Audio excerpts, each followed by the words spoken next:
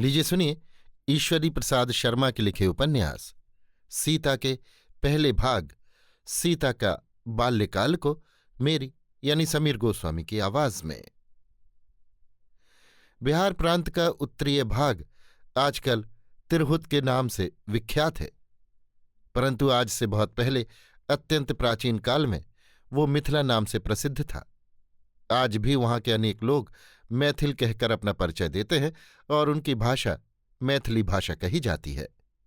इस प्रकार इस प्रांत ने आज तक अपने पुराने नाम की रक्षा की है और नाम लेते ही उस युग का इतिहास एक बार सभी के नेत्रों के आगे चित्र सा घूम जाता है, जिस युग की कथा लिखने के लिए हमने इस समय लेखनी उठाई है। त्रेता युग में मिथिला देश में जनक नाम से एक बड़े ही वीर धीर गंभीर और प्रतापी राजा राज्य करते थे। उनके सुंदर और न्यायपूर्ण शासन के प्रभाव से सारी प्रजा सुखी थी।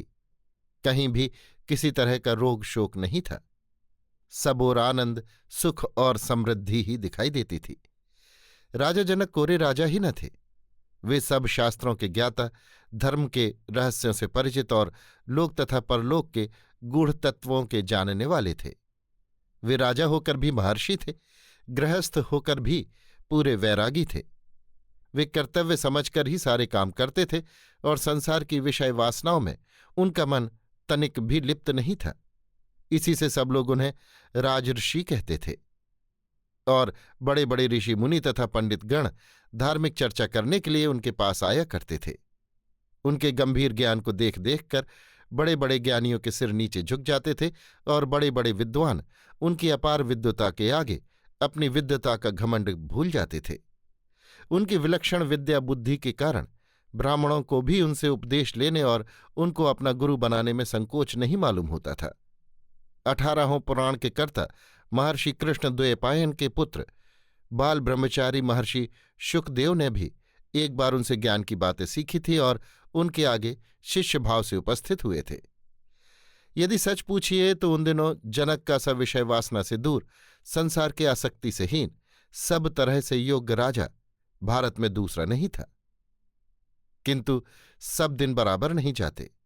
ऐसे न्यायी और धर्मात्मा राजा के राज्य में भी एक बार बड़ा भारी अकाल पड़ा। चारों ओर वृष्टि के अभाव से घोर हाहाकार मच गया। जीवगण दुखित हो आर्तनाद करने लगे। अन्न की कमी से अनेक जीव जंतु काल के गाल में जाने लगे। हा अन्न की कातर ध्वनि सुन और हड्डी चमड़े भर बची हुई ठठरियों को देख दर्शकों के हृदय दहलने लगे। प्रजा की ये दुर्दशा देख राजा जनक बड़े ही दुखित हुए। वे सोचने लगे, राजा के ही पाप से प्रजा कष्ट पाती है। जो राजा अन्यायी और अधर्मी होता है उसी के राज्य में दुख, दारिद्र्य, रोग और शोक की वृद्धि होती है। परंतु अपने जानते तो मैंने कभी किसी तरह का अन्याय नहीं किया, फिर मेरी ये पुत्रवत प्रजा इस प्रकार कष्ट क्यों पा रही है? अनेक प्रकार से चिंता करने पर भी वे अपनी कोई त्रुटि न निकाल सके। तब ये सोचकर कि अपना दोष अपने आप को नहीं सूझता, उन्होंने अनेक ऋषि मुनियों और वेदशास्त्र के जानने वाले ब्राह्मण पंडितों को बुलाकर परामर्श किया, परंतु किसी ने राजा की ओर से किसी तरह का अन्याय होता हुआ नहीं पाया। तब इसे ईश्वर की माया और पूर्व जन्म का कर्मफल समझकर सबकी सम्मति से यही निश्चय हुआ कि इस भयंकर अनावृष्टि के निवारण के लिए यज्ञ किया जाए। ऐसा निश्चय होते ही यज्ञ की तैयारियां होने लगीं। देश विदेश की पंडित, ब्राह्मण, साधु, सन्यासी और कर्मकांडी गण जनकपुर में आ पहुंचे। बड़ी धूमधाम से वेद विधि के अनुसार यज्ञ होने लगा। प्रजा बड़ी उत्कंठा के साथ यज्ञ की पूर्णाहुति की बाट जोहने लगी, क्योंकि सबका ये पूर्ण विश्वास था कि इस यज्ञ के फल से अवश्य ही उनके ऊपर भगवान की कृपा होगी, जल बरसेगा और उनके दुख दूर होंगे। यज्ञ समाप्त होने पर ब्राह्मणों के कहने से राजा जनक स्वयं सोने का हल हाथ में लेकर खेत जोतने को तैयार हुए। उस समय वे ये बात भूल गए कि मैं क्षत्रिय हूं, राजा हूं, कोई कृषक या हलवाह नहीं जो हल चलाऊं। प्रजा के कल्याण की कामना से मान अपमान की बात भूल वे खेत जोतने को प्रस्तुत हो गए। ऐसा करते हुए उनके मन में तनिक भी लज्जा या संकोच नहीं हुआ। खेत में पहुंचकर ज्यों ही राजा ने हल चलाया त्यों ही आकाश में मेघ छा गए। किसानों के सूखते हुए प्राणों में संजीवनी शक्ति भर गई और उनकी नष्ट हुई आशा फिर हरी हो आई। ये शुभ लक्षण देख राजा बड़े ही आनंदित हुए और हल चलाने की विधि पूरी कर घर लौटना ही चाहते थे कि उन्होंने देखा कि एक परम सुंदरी बालिका उसी खेत में पड़ी हुई हाथ पैर पटक पटक कर आप ही आप खेल रही है। ऐसी सुंदर सलोनी बालिका को उस निर्जन प्रांत में पड़ी हुई देख राजा के आश्चर्य का ठिकाना न रहा। उनके हृदय में विस्मय के साथ ही साथ एक प्रकार की ममता उत्पन्न हो गई और वे उस बालिका को गोद में लिए बिना न रह सके। न जाने क्यों उस बालिका को गोद में लेते ही राजा के अंग प्रत्यंग में पुलकावली छा गई और उनके हृदय में हर्ष की अपार तरंगें उठने लगीं। वे सोचने लगे, ये बालिका किसकी है? कौन ऐसा निठुर था जो इसे यों खेत में डाल गया? अथवा स्वयं लक्ष्मी ही शरीर धारण कर मुझे कृतार्थ करने के लिए बालिका के रूप में बैकुंठ से उतर आई हैं। आहा, इसका रूप कैसा सुंदर है! इसके अंग प्रत्यंग की गठन कैसी मनोहर है! यही सब सोचते हुए राजा उसे देख देख कर आनंद के मारे सचमुच विदेह हो गए।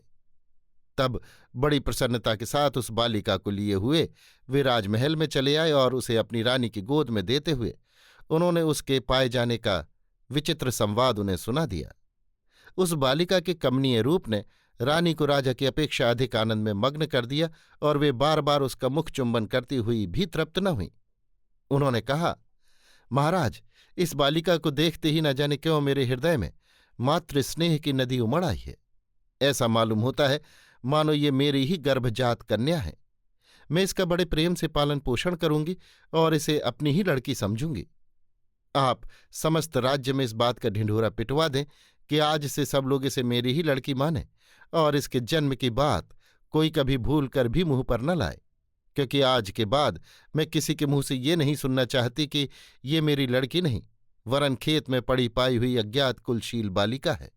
ये कठोर वाणी सुनने पर मैं प्राण त्याग दूंगी। रानी की इस अलौकिक ममता को देख राजा मन ही मन बड़े आनंदित हुए और उन्होंने उनकी इच्छा के अनुसार घोषणा करवा दी। सब कोई उस लड़की को राजा की ही संतान समझने लगे और उसके पाए जाने का इतिहास लोग धीरे धीरे भूल से गए। कन्या का बड़े लाड़ प्यार से लालन पालन होने लगा। जनक और उनकी पत्नी ने स्वप्न में भी ये भावना मन में न आने दी कि ये बालिका हमारी अपनी कन्या नहीं है।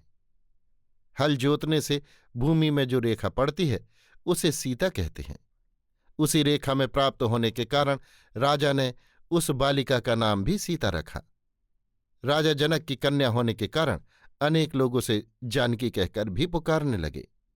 अपने स्वाभाविक वैराग्य के कारण जनक का नाम विदेह अर्थात जो देह से परे हैं, जिन्हें दैहिक सुख दुखों से विकार नहीं प्राप्त होता, पड़ गया था।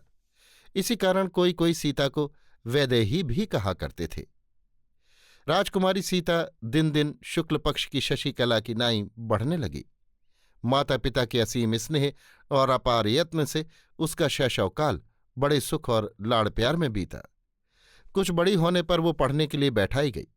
उसने उत्साह से पढ़ना आरंभ किया और थोड़े ही दिनों में अपनी प्रतिभा का ऐसा चमत्कार दिखाया कि उसकी गुरुआनियां भी मुग्ध हो गईं। उसे जो कुछ बतलाया जाता उसको वो झटपट समझ जाती और अपना पाठ शीघ्र याद कर लेती थी। देखते ही देखते उसने इतिहास पुराणों की अनेक कथाएं याद कर लीं और नीति के सहस्त्र वचन उसकी जिह्वा पर विराजने लगे। साथ ही उसने सीना पिरोना सीखा, गृह कार्य में अभ्यास बढ़ाया और नारी धर्म का पूरा पूरा ज्ञान प्राप्त कर लिया। छोटी ही अवस्था में उसने अपनी बुद्धि का जो कौशल दिखाया उसे देख सब लोग कहने लगे कि ये बालिका जैसे रूप में लक्ष्मी के समान है वैसे ही गुण में भी साक्षात सरस्वती का अवतार है। उस महिमामयी बालिका के मुखमंडल पर ऐसी विलक्षण ज्योत विराजती रहती थी जिससे देखने वाले चकित विस्मित और स्तंभित हो जाते थे। प्रबल संस्कारी आत्मा हुए बिना एक नन्ही सी बालिका में ये तेज, ये प्रतिभा, ये चमत्कार कैसे दिखलाई पड़ता? बालिका सीता के गुणों से केवल माता पिता और उसकी अध्यापिकाएं ही प्रसन्न रहती हों सो नहीं। उसके साथ जितनी बालक बालिकाएं खेलने आती या जो सखी सहेलियां उसके संग पढ़ती थीं वे सभी उसके गुणों से मोहित हो गई थीं। सीता कभी किसी को कड़ी बात नहीं कहती, किसी का कोई काम नहीं बिगाड़ती, सबसे हिलमिल कर रहती थी। फिर बतलाइए तो सही, उसकी सी सीधी सादी, निश्छल और प्रेममयी बालिका से भला कब किसी का बिगाड़ हो सकता था। ऐसी सर्वसुलक्षणा और रूप गुण में अद्वितीय कन्या पाकर माता पिता के आनंद की सीमा न रही और वे अपने को परम सौभाग्यशाली समझने लगे। अभी आप सुन रहे थे ईश्वरी प्रसाद शर्मा के लिखे उपन्यास सीता के पहले भाग सीता का बाल्यकाल को मेरी यानी समीर गोस्वामी की आवाज में।